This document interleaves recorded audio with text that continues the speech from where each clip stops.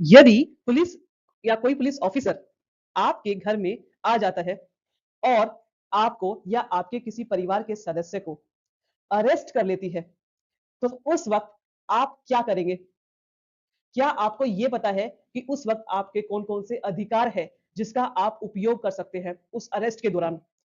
So hey friends, welcome to our YouTube channel legal attraction. लो की बात, no बकवास। फ्रेंड्स, आज हम आप सभी के सामने आज का एक इंपॉर्टेंट टॉपिक या यूं कहें आपका एक ऐसा इंपॉर्टेंट अधिकार जिसके बारे में आपको पता होना चाहिए। यदि कोई पुलिस ऑफिसर आपके घर में घुस जाए, आपको या आपके परिवार के सदस्य को अरेस्ट कर ले, तो उस वक्त आपके क्या अधिकार होते हैं? देखिए, इन जनरल हम पुलिस, लॉयर, कोर्ट इन नाम से घबरा जाते हैं और खास तौर पर यदि पुलिस हमारे घर में घुस जाए तो हम बिल्कुल डर जाते हैं और ब्लैंक हो जाते हैं कि इस टाइम हम क्या करें। लेकिन ऐसा नहीं है। देखिए, यदि आपको अपने अधिकारों के बारे में पता होगा तो आप भी पुलिस, कोर्ट या वकील किसी से नहीं डरेंगे, क्योंकि आपको अपने राइट्स के बारे में उस टाइम पता होगा कि आपको अब क्या करना है। जैसे कि इस केस में यदि पुलिस आपके घर में आ जाती है, घुस जाती है और आपको अरेस्ट भी करती है उस वक्त, या आपके किसी फैमिली मेंबर को अरेस्ट करती है, तो उस वक्त आप क्या कर सकते हैं, आपके क्या राइट्स है, हम ये आज डिस्कस करने वाले हैं। देखिए फ्रेंड्स, हमारे देश में एक प्रिंसिपल चलता है हमारे क्रिमिनल लॉ के अंदर। बात होता है इनोसेंट अंटिल प्रूवन गिल्टी, कि एक जो व्यक्ति है हम उसे मासूम मानेंगे, हम मानेंगे कि उसने ऐसा कोई अपराध किया ही नहीं है जब तक कि उसके खिलाफ वो जो केस बन रहा है वो अपराध उसके खिलाफ साबित ना हो जाए। और जब तक वो केस साबित नहीं होगा उसके खिलाफ, हम मानेंगे कि व्यक्ति इनोसेंट है, मासूम है, उसने कोई क्राइम नहीं किया। तो इसीलिए उस व्यक्ति के पास भी अधिकार होते हैं कि जब व्यक्ति को अरेस्ट किया जा रहा है तो पुलिस उसे इसी ऐसे ही अरेस्ट नहीं कर सकती। अरेस्ट के दौरान भी पुलिस की भी कुछ ड्यूटीज होती है, या यूं कहें कि आपके राइट्स है जब पुलिस आपको अरेस्ट कर लेती है। जैसे कि हम बात करें, आपको एक राइट होता है, right to know the grounds of arrest. यदि पुलिस आपको अरेस्ट कर लेती है तो पुलिस की ड्यूटी होती है कि आपको ये बताए कि हम आपको अरेस्ट क्यों कर रहे हैं और आपके खिलाफ क्या क्या चार्जेस बनते हैं। दूसरा राइट ये भी होता है, right to consult a lawyer.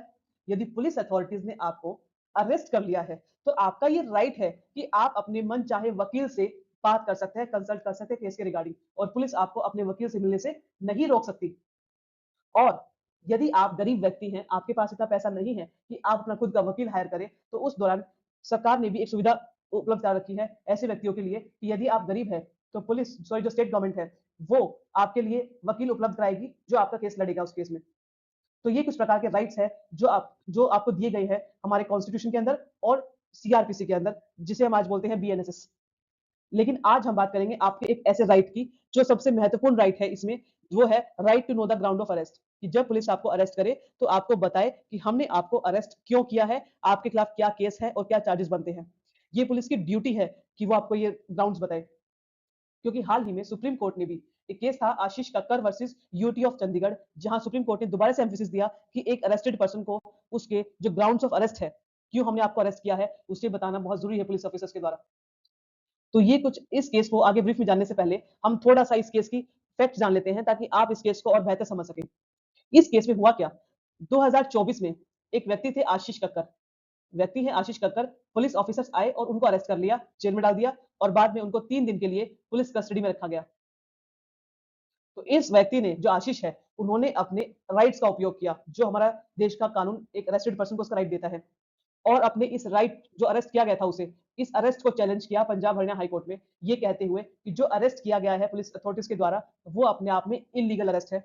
और तो और जो मुझे पुलिस कस्टडी में रिमांड पे भेजा गया है वो भी अपने आप में गलत है, क्योंकि मुझको अपॉर्चुनिटी ऑफ हियरिंग, मुझे अपनी बात कहने का अधिकार बात रखने का आगे मौका ही नहीं मिला गया, क्योंकि ये प्रिंसिपल ऑफ नेचुरल जस्टिस है कि यदि पुलिस या मजिस्ट्रेट साहब मुझे पुलिस कस्टडी में रिमांड पर भेजते हैं तो मुझे मेरी बात रखने का पहले मौका दें और फिर डिसाइड करें कि मुझे कहाँ भेजना है, पुलिस कस्टडी या जुडिशियल कस्टडी में। इस केस में पंजाब हरियाणा हाई कोर्ट ने उस अपील को रद्द कर दिया, खारिज कर दिया हुआ, ये कहते हुए कि अरेस्ट इस केस में बिल्कुल सही है और इस केस में जो पुलिस कस्टडी में आप भेजे गए थे वो भी ठीक है। बाद में ये पहुंचे सुप्रीम कोर्ट के पास।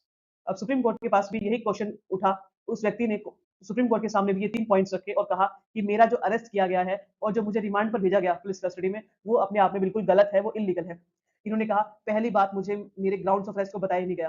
पुलिस ऑफिसर्स ने मुझे अरेस्ट तो किया लेकिन ये नहीं बताया कि मुझे अरेस्ट क्यों किया जा रहा है, क्या चार्जेस मेरे खिलाफ, जो कि एक राइट है मेरा, मुझे पता होना चाहिए अगर मुझे अरेस्ट किया गया है। दूसरा ये कहा गया, जब मुझे रिमांड पर भेजा जा रहा था उस टाइम भी मुझे अपॉर्चुनिटी ऑफ हियरिंग नहीं दी गई कोर्ट के द्वारा।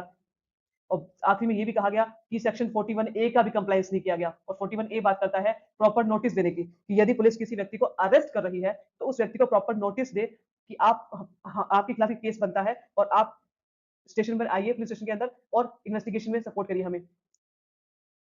इस केस में भी मुझे किसी प्रकार का नोटिस नहीं दिया गया और डायरेक्टली मुझे अरेस्ट कर दिया गया। तो सुप्रीम कोर्ट ने इस केस में तीसरे पॉइंट को सबसे महत्वपूर्ण माना। बाकी पॉइंट्स पे कोर्ट ने ज्यादा जवाब नहीं दिया, लेकिन कोर्ट ने कहा जो तीसरा मुद्दा है वो बहुत महत्वपूर्ण है। कोर्ट ने कहा हमें ये जानने की जरूरत है कि क्या इस केस में व्यक्ति को वाकई ग्राउंड्स ऑफ अरेस्ट ठीक तरीके से बताए गए थे, हाँ या नहीं। और कोर्ट ने इस केस में ये साफ साफ क्लियर कर दिया कि देखिए, यदि पुलिस अथॉरिटीज किसी व्यक्ति को अरेस्ट करती है तो ये पुलिस की ड्यूटी है और मैंडेटरी ड्यूटी है, इसे फॉलो करना ही है पुलिस को, कि यदि आप व्यक्ति को अरेस्ट करते हो तो उस व्यक्ति को उसके जो ग्राउंड्स ऑफ अरेस्ट है कि आप उसे क्यों अरेस्ट कर रहे हो, उसके खिलाफ क्या क्या चार्जेस बनते हैं, उसे उसके बारे में जानकारी दोगे, और वो भी इन राइटिंग। आप राइटिंग में जानकारी दोगे। क्यों? क्योंकि उस व्यक्ति का यह राइट है। और कहीं ना कहीं हमारा आर्टिकल 22 क्लॉज 1 जो कि बात करता है right to the ground of arrest, और ये अपने आप में एक फंडामेंटल राइट है, एक व्यक्ति का मौलिक अधिकार है कि उस व्यक्ति को अरेस्ट के जो उसके जो ग्राउंड्स है उसके बारे में पता होना चाहिए। और साथ ही साथ section 50 of CrPC, criminal procedure code, जिसे आज हम बीएनएस बोलते हैं, वहां भी साफ साफ लिखा हुआ है कि यदि पुलिस किसी व्यक्ति को अरेस्ट करती है तो उस व्यक्ति को उसके जो ग्राउंड्स है अरेस्ट के उसके बारे में बताए, वो भी इन राइटिंग प्रॉपरली क्लियरली।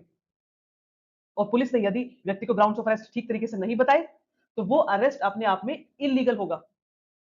तो इस केस में जो पुलिस अथॉरिटीज थी उन्होंने ये कहा कि देखिए सर, हमने इस व्यक्ति को अरेस्ट मेमो दिया था, और कहीं ना कहीं जो अरेस्ट मेमो है इसी में ग्राउंड्स ऑफ अरेस्ट भी बताए जाते हैं। तो कोर्ट ने क्लियर किया कि नहीं, ऐसा कुछ नहीं है, क्योंकि जो अरेस्ट मेमो होता है उसमें तो केवल आपने ये लिखा है कि हमने किस व्यक्ति को अरेस्ट किया है, उसको कहां से अरेस्ट किया है, और कौन से स्टेटमेंट के बेस पर हमने अरेस्ट किया है। लेकिन केस के फैक्ट्स क्या है, उस व्यक्ति के खिलाफ क्या केस बनता है, ये तो आपने उसको बताया ही नहीं।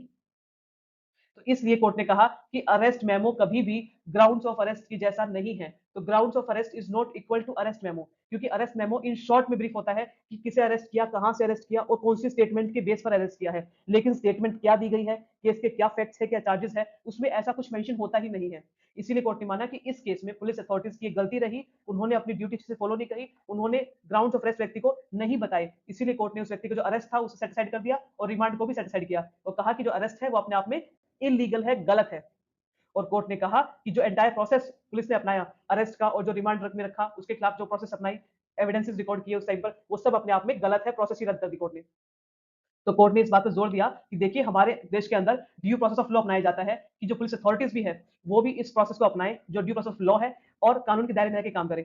और यदि किसी व्यक्ति को अरेस्ट करती हैं तो क्लियर टर्म्स में उसके बताएं उसे कि कौन कौन से कारण है कि आपको अरेस्ट किया जा रहा है। और अगर आपने यदि ऐसा नहीं किया, पुलिस ऑफिसर ने ऐसा नहीं किया, तो हम मानेंगे कि जो पुलिस ऑफिसर है वो मनमाने ढंग से व्यक्ति को अरेस्ट करती है बिना कोई कारण बताए हुए, और अपनी पावर का गलत इस्तेमाल कर रही है पुलिस अथॉरिटीज। तो इस केस में फाइनली कोर्ट ने यही कहा कि व्यक्ति का अरेस्ट गलत है, उस व्यक्ति को भी अपने अधिकार होते हैं, उसे पता हो कि आपको अरेस्ट क्यों किया जा रहा है। सो ये आज हमारा दोस्तों टॉपिक था। क्या आपको इसके बारे में पहले से जानकारी थी? Thank you friends so much. और आपको हमारा आज का सेशन कैसा लगा, आप हमें कमेंट सेक्शन के माध्यम से बता सकते हैं, और आपकी यदि कोई क्वेश्चन हो, कोई क्वेरी हो, आप हमें कमेंट सेक्शन के माध्यम से जरूर पूछिएगा। सो दोस्तों, आप हमारे चैनल को इसी प्रकार लाइक शेयर सब्सक्राइब करते रहिए।